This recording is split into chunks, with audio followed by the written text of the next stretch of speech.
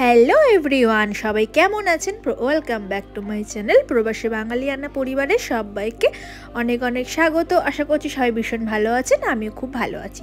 আজকে হচ্ছে বুধবার, এখন বাজে বেলা 12:30 মতন তো বাজতে যায়। আজকে মা হচ্ছে চিকেন রান্না করছে।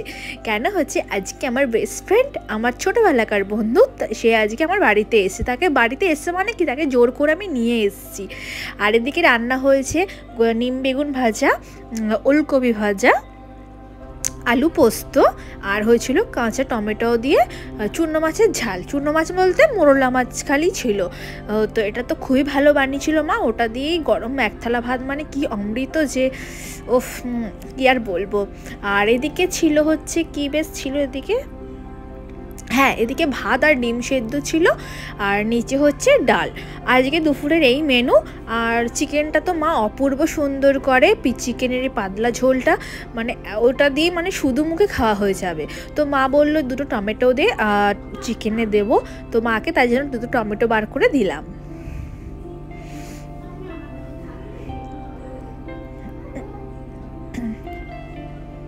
আর মা হচ্ছে সমস্ত রান্না শিলে বেটে রান্না করে, মিক্সারের তো বাটেই, কিন্তু এইসব চিকেন, তারপরে আরও যেগুলো খাবার যেগুলো সর্ষে পোস্ত, এগুলো হচ্ছে সবসময় মা শিলে বেটে রান্না করে। আর এটা বললো তুই ফ্রিজে ট্রেটা রেখে, হ্যাঁ সবজির ট্রেটা তো রেখে এলাম, রেখে এগুলো পরিষ্কার করলাম। আর এখানে মা সব সবজি কেটেছিল, তো ওই সবজিগুলো জায়গাটা ভালো করে পরিষ্কার করে দিচ্ছে, আর এগুলো ক্যাজরা বালতিতে সব ফেলে দিলাম।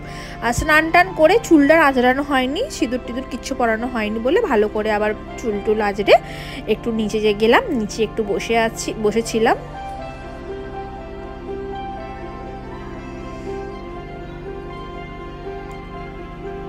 আর এই যে মা চিকেনটা তো খুব সুন্দর করে কষাচ্ছে। মাকে বললাম যে মা, চিকেনটা কষানো হয়েছে? তো মা বললো যে এখনও ঠিকঠাক করে কষানো হয়নি, তো ওই জন্য আর খেলাম না। আর এই যে নিচে বসে আছি, আমার বান্ধবী ওই যে ওপরে চলে যাচ্ছে। আর এদিকে মাসি, দাদু, টুম্পা, আমার একজন মাসি, মামি সবাই দাঁড়িয়ে দাঁড়িয়ে গল্প করছিল।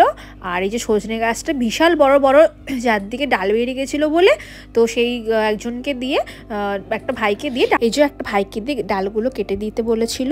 আর এই যে দুপুরে আমরা সব খাওয়া দাওয়া করছি আর গল্প করছি, অনেক দিন পর এরকম করে আমরা আবার খাচ্ছি।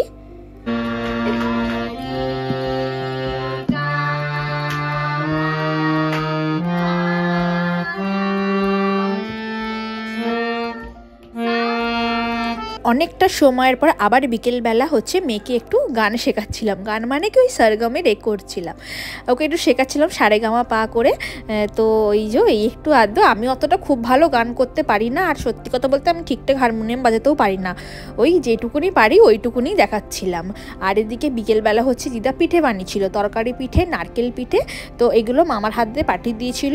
আর দিদার হাতের পিঠে তো আমার খুবই ভালো লাগে। আর পিঠে বলতে কি, আমার খুব একটা অতটা পছন্দ না, তরকারি পিঠেটা একটু যা খেয়েছি। আর রাত্রে মাকে বলেছিলাম গরম গরম ভাত করো, আর চিকেনের ঝোলটা দিয়ে, শীতকালের রাত্রে এই গরম ধোঁয়া ওটা ভাত আর চিকেনের ঝোল যে কি অমৃত লাগে, জাস্ট বাও। এই যে গরম গরম ধোঁয়া ওটা ভাত আর চিকেনের ঝোল।